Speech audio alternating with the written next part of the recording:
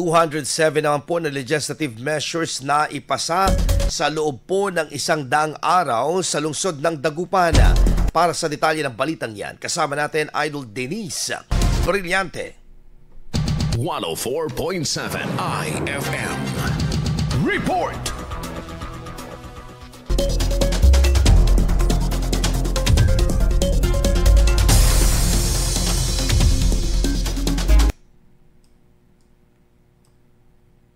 Binibigyang diin ngayon ng pamahalang lungsod ng Dagupan na wala ng delay sa sangguniang panlunsod matapos maitala ang 207 legislative measures na naipasa sa loob lamang ng 100 days.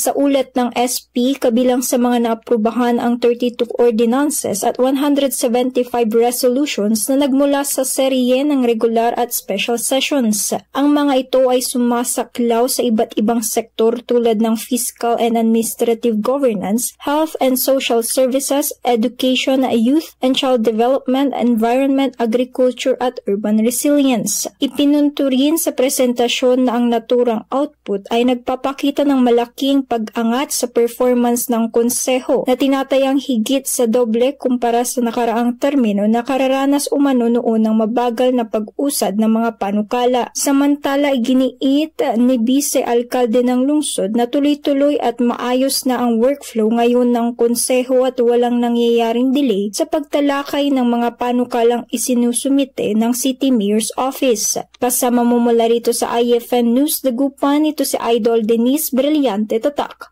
IFM. IFM News. IFM News.